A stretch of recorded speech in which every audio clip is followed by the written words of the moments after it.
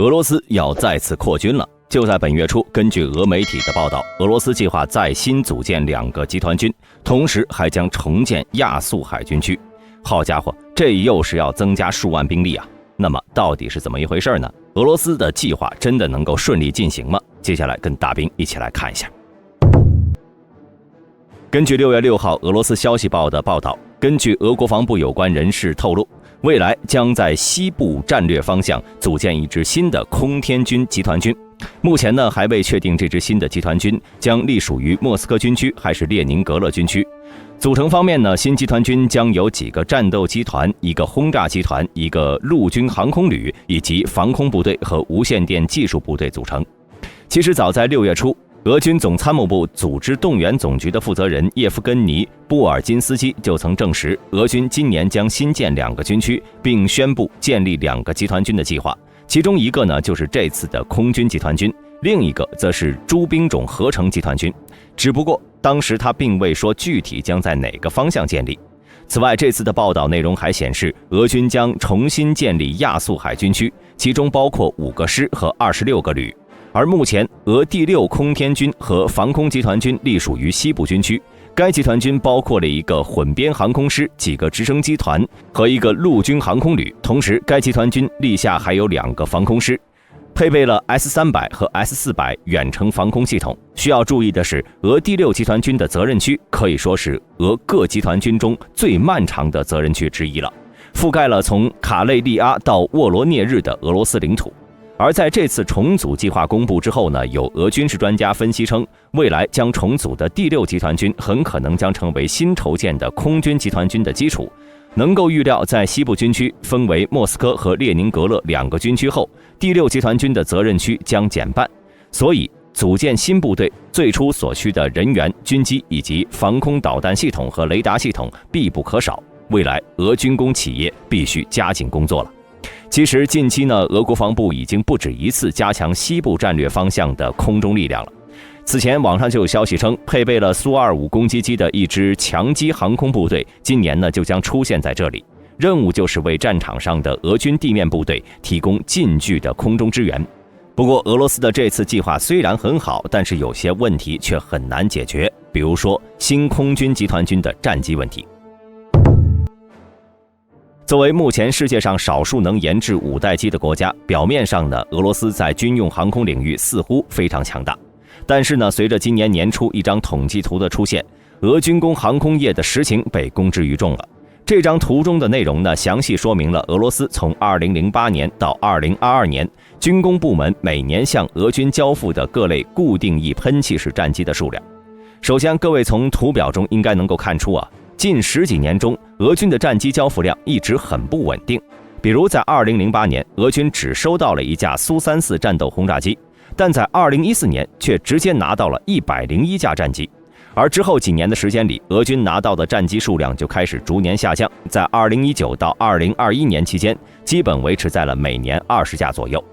其实，如果从战机生产的正常规律来看，这种波动呢，也不算是什么稀奇事情。事实上，这个数据的变化不仅和近几年来国际油价的波动成正相关，同时战机的更新升级、新战机生产线建设、技术工人的培训也都需要时间。而且，俄空军所需的战机总量也是有上限的，因此新战机每年的交付速度也算正常。再加上近几年俄军战机的快速更新迭代，每年20架左右的服役速度虽然并不多，但也符合俄军军费开支不足，无法支撑俄军大幅换装的情况。而这张统计图中真正的问题是在于，2022年俄乌战争爆发之后，交到俄军手中的新战机数量不但呢没有成倍增加，反而只是增加了9架。在俄军最为迫切的时候，俄航空部门却没能快速提升产能，其中苏30 SM2 交付量呢只有4架。虽说苏34、苏35以及最新的苏57产量都有增加，但是呢却极为有限。尤其是苏35，作为目前的俄空军的主力战机，在之前呢有过年交付24架的情况下，2022年交付量却只有7架。而这一年29架的年交付量根本无法替补俄空军在俄乌前线的损失。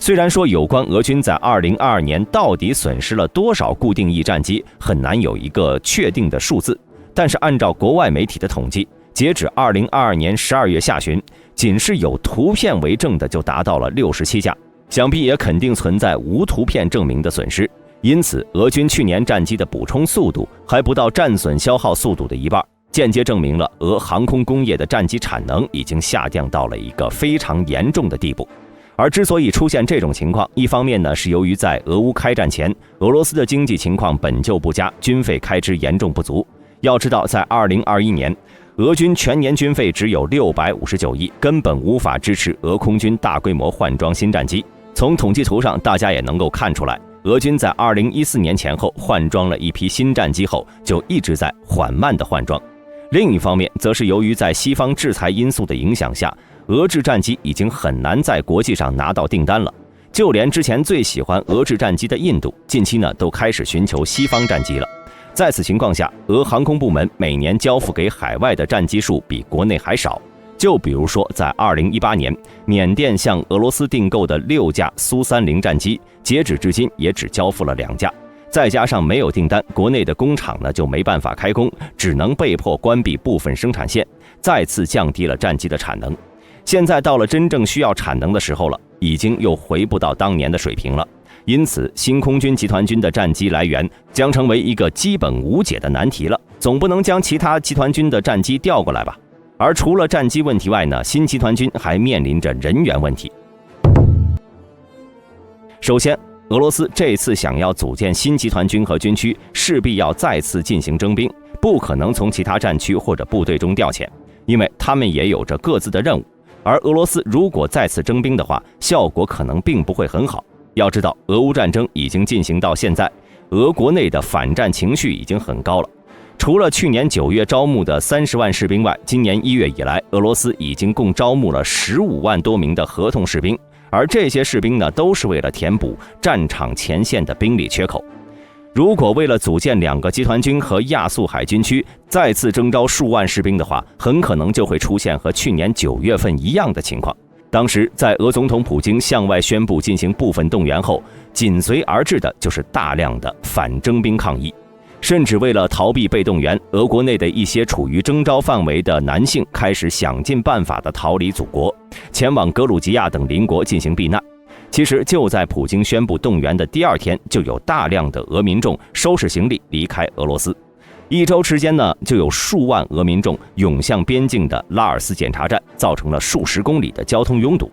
不仅如此，当时还爆发了许多反对动员的抗议游行，甚至在遭到安全部门镇压后，演变成了暴力事件。比如说枪击主持征兵的兵役局长，纵火焚烧征兵办公室等等。而除了反战情绪外呢，如何支付新兵的薪资也是一个问题。毕竟大家都知道，现今俄罗斯的经济并不好。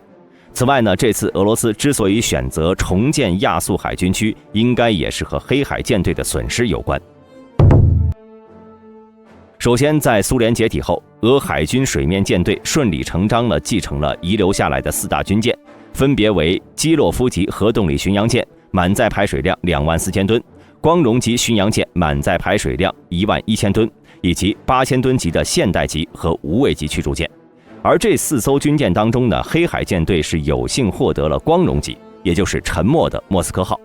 至于其他3艘呢，黑海舰队是1艘也没有分到。这就造成了一个很尴尬的局面，在失去了莫斯科号之后呢，黑海舰队1艘大型战舰都没有了。目前他们最大的战舰就是3艘4000吨的格里格洛维奇上将级护卫舰。不过呢，虽然这款护卫舰吨位不大，但却是俄海军中少见的新锐战舰，他们的舰龄呢都还没有超过5年。凭借着俄军技术的进步，它的战斗力甚至超过了现代级、无畏级。这些空有吨位，实际上早就已经过时的古董老前辈了。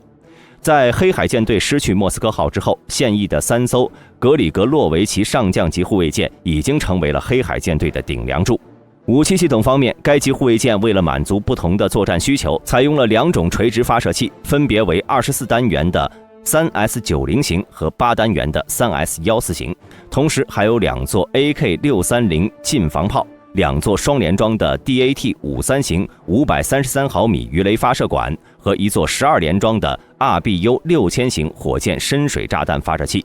其中最重要的就是 3S90 和 3S14，这2种垂发器了。3S90呢是用于发射 9M317ME 型防空导弹，最大射程为45公里，而 3S14 则兼容了包括 P800 宝石超音速反舰导弹、3M54俱乐部亚超结合反舰导弹、3M14远程巡航导弹和91RE1反潜导弹在内的多种导弹。基于以上武器系统呢，使得格里格洛维奇上将级护卫舰成为了一款相当全面、多用途的护卫舰，战斗力甚至和光荣级差不多。而在莫斯科号巡洋舰沉没之后呢，该级护卫舰的马卡洛夫海军上将号接替它成为了新的黑海舰队旗舰。只不过刚风光没多久，该舰呢就在今年5月份在黑海海域起火。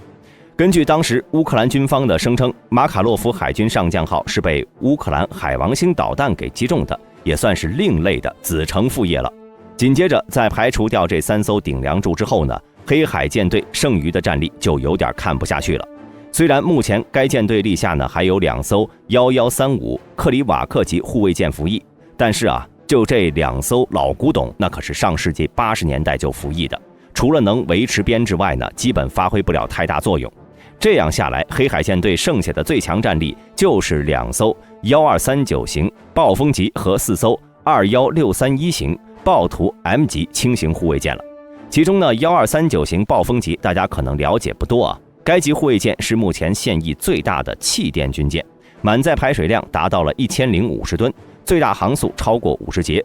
而21631型暴徒 M 级呢，有些朋友可能会了解一点，毕竟它以949吨的排水量扛下了8单元 3S14 垂直发射器，成了世界上最小的可以发射对陆攻击巡航导弹的战舰。不过该舰呢脱胎于内核炮舰的21630型，因此最大航速仅26节，适航性并不出色。此外呢，黑海舰队还有着3艘1300吨级的22160型巡逻舰，由于都是近几年服役的新舰，所以并没有装备反舰导弹，属于纯粹的火炮巡逻舰。还有6艘苏联时期的900吨的1124型格里沙级，同样是没有携带反舰导弹的巡逻舰。